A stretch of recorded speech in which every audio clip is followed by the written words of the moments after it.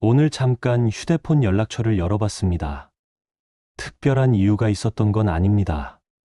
그냥 스크롤을 내리다가 손가락이 멈췄습니다.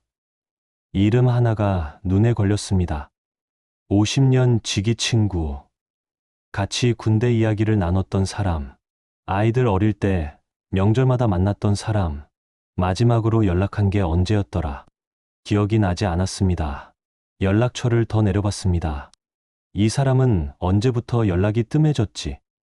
저 사람은 이사 간 뒤로 못 봤는데, 어느 순간 연락처에는 이름이 많은데, 실제로 연락하는 사람은 몇 명 되지 않습니다. 그 순간 이런 생각이 들었습니다. 내가 너무 소홀했나? 내가 먼저 연락을 안 했으니까 이렇게 된 거 아닌가? 나이 들면서 사람이 좁아진 건가? 혹시 이런 생각 해보신 적 있으신가요? 친구가 줄어드는 게 내 잘못인 것 같은 느낌. 나만 이런 건지, 다들 이렇게 사는 건지. 오늘은 그 물음에 먼저 하나의 사실을 말씀드리고 시작하려 합니다. 60대 이후 친구가 줄어드는 것은 정상입니다. 당신 잘못이 아닙니다. 영국의 심리학자 로빈 던바는 인간관계에 대해 흥미로운 연구를 했습니다. 그는 인간이 유지할 수 있는 사회적 관계의 수에 한계가 있다는 것을 발견했습니다. 이른바 던바의 수인데요. 인간이 진정한 관계를 유지할 수 있는 사람의 수는 약 150명이라는 이론입니다. 그런데 더 흥미로운 것은 나이가 들수록 이 숫자가 자연스럽게 줄어든다는 사실입니다. 젊을 때는 넓게, 나이 들수록 깊게. 이것은 의지의 문제가 아니라 인간의 본능적인 선택입니다. 나이가 들수록 우리는 무의식적으로 관계를 선별합니다. 시간과 에너지가 유한하다는 것을 몸으로 알게 되니까요. 그래서 표면적인 관계보다 깊은 관계를 선택하게 됩니다. 친구가 줄어드는 것이 아닙니다. 진짜 친구만 남게 되는 것입니다. 그리고 오늘의 철학자 세네카는 2000년 전에 이미 이것을 알고 있었습니다. 기원 후 4년경 스페인 코르도바에서 태어난 루키우스 안나이우스 세네카. 그는 로마 역사상 가장 파란만장한 삶을 산 철학자 중 한 명입니다. 젊은 시절 뛰어난 웅변가이자 철학자로 이름을 날렸습니다. 그러나 황제 칼리굴라의 미움을 사서 사형 직전까지 몰렸다가 간신히 살아남았습니다. 그 후 황제 클라우디우스에게 코르시카 섬으로 유배를 떠납니다. 8년 동안 유배지에서 그는 철학에 더 깊이 침잠했습니다. 고독 속에서, 제한된 시간 속에서 무엇이 진짜 중요한지 생각했습니다. 유배에서 돌아온 세네카는 뜻밖의 자리를 맡게 됩니다. 어린 황제 네로의 스승이 된 것입니다. 로마 제국의 실질적인 조언자로서 그는 막대한 권력과 부를 갖게 됩니다. 그러나 그것이 행복은 아니었습니다. 권력의 중심에 있을수록 그는 더 깊이 철학을 붙들었습니다. 그리고 말년에 그는 모든 공직에서 물러나 친구 루킬리우스에게 편지를 씁니다. 세네카가 루킬리우스에게 보낸 편지는 총 124통. 루킬리우스에게 보내는 도덕 서한이라는 제목으로 지금까지 전해지고 있습니다.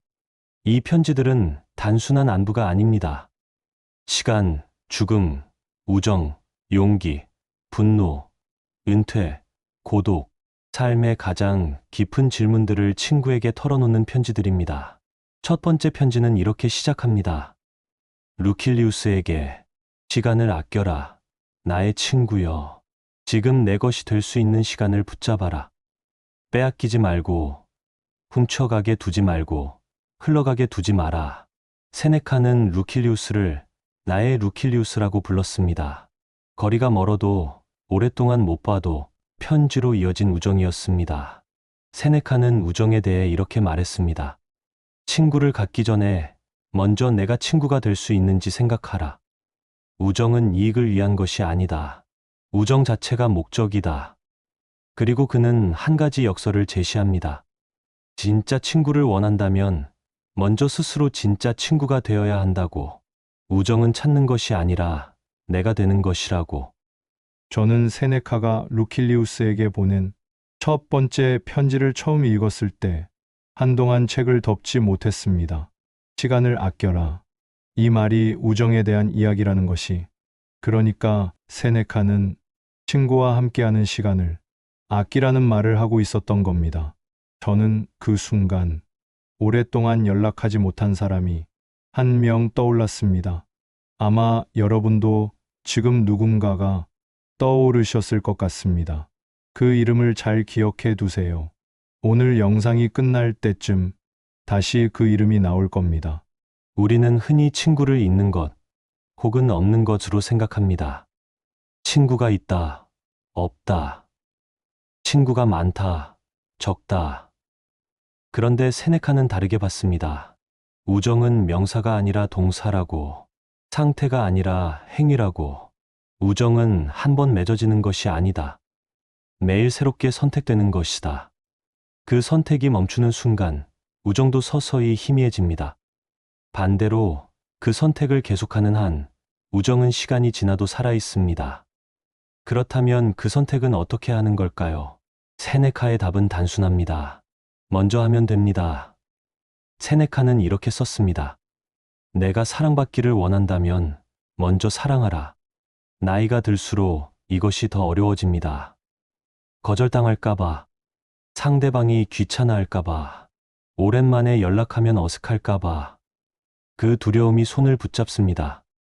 그러나 세네카는 말합니다. 그 두려움을 넘어 먼저 연락하는 것, 그것이 용기이고 철학이라고. 세네카는 또 이런 말을 했습니다. 진정한 친구를 한 명 가진 사람은 충분히 가진 것이다. 그러나 그것을 목표로 삼는 사람은 아무도 갖지 못할 것이다. 진짜 친구는 수로 세는 것이 아닙니다. 한 명이라도 서로의 삶을 진심으로 아끼는 사람이 있다면 그것으로 충분합니다. 그리고 그 한 명은 기다린다고 생기는 것이 아닙니다. 내가 먼저 그 사람에게 진심으로 다가갈 때 생깁니다. 세네카의 삶은 비극적으로 끝납니다. 황제 네로는 스승이었던 세네카에게 결국 자결 명령을 내립니다. 기원 후 65년, 세네카는 스스로 목숨을 끊었습니다. 그러나 죽기 직전까지 그는 루킬리우스에게 편지를 썼습니다. 죽음이 다가오는 것을 알면서도 그는 친구에게 마지막 생각을 전하고 싶었습니다. 그 마지막 편지들에 세네카는 이렇게 썼습니다. 죽음을 두려워하지 마라. 잘 살았다면 잘 죽을 수 있다. 잘 살았다는 것은 그에게 좋은 친구와 함께한 삶을 의미했습니다. 세네카가 죽음을 앞두고도 편지를 썼다는 이야기를 처음 알았을 때 저는 오래 생각했습니다. 마지막 순간에 하고 싶었던 것이 친구에게 편지 쓰는 일이었다는 것. 그것이 세네카가 말한 우정의 실체인 것 같았습니다. 거창한 것이 아니었습니다. 그냥 살아있는 동안 내가 아끼는 사람에게 내 생각을 전하는 것. 저는 이 부분이 마음에 오래 남았습니다. 오늘 세네카의 이야기를 들으면서 친구가 줄어든 것에 대한 자책이 조금 달라지셨으면 합니다. 3가지 위로를 드리고 싶습니다. 첫 번째, 친구가 줄어든 것이 아니라 선별된 것입니다. 나이 들면서 관계가 줄어드는 것은 잘못된 것이 아닙니다. 삶의 경험이 쌓이면서 우리는 진짜 중요한 것을 알게 됩니다. 그 알미 관계를 선별하게 합니다. 연락처에 이름이 줄어든 것이 아닙니다. 진심으로 아끼는 사람이 더 선명해진 것입니다. 두 번째, 친구 한 명이면 충분합니다. 세네카가 루킬리우스 한 명에게 124통의 편지를 썼습니다. 그것으로 충분했습니다. 아니, 그것이 전부였습니다. 지금 내 곁에 진심으로 안부를 물어줄 한 사람이 있다면 그것으로 충분합니다. 그 한 명을 소중히 여기는 것이 100명이 얕은 관계보다 깊습니다. 세 번째, 오늘 먼저 연락하는 것이 철학입니다. 세네카는 말했습니다. 우정은 동사라고, 기다리는 우정은 없습니다. 아까 영상 초반에 오랫동안 연락하지 못한 이름 하나를 기억해두라고 했습니다. 그 이름이 아직 기억나시나요? 오늘 그 사람에게 짧은 메시지 하나를 보내보시는 건 어떨까요? 잘 지내고 있어요? 그 한마디가 세네카의 철학입니다. 세네카는 루킬리우스에게 이런 말을 남겼습니다. 오래 살기를 바라지 말고 충분히 살기를 바라라. 충분한 삶은 언제나 가능하다. 충분한 삶이란 많은 것을 가진 삶이 아닙니다. 진심으로 아끼는 사람과 진심으로 연결된 삶입니다. 친구가 줄어든 것을 슬퍼하지 마세요. 지금 곁에 있는 한 사람에게 오늘 먼저 손을 내밀어 보세요.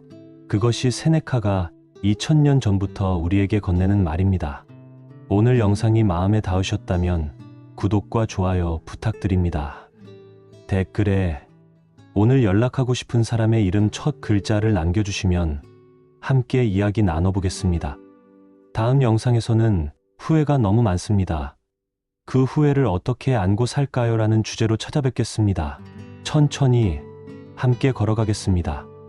고맙습니다.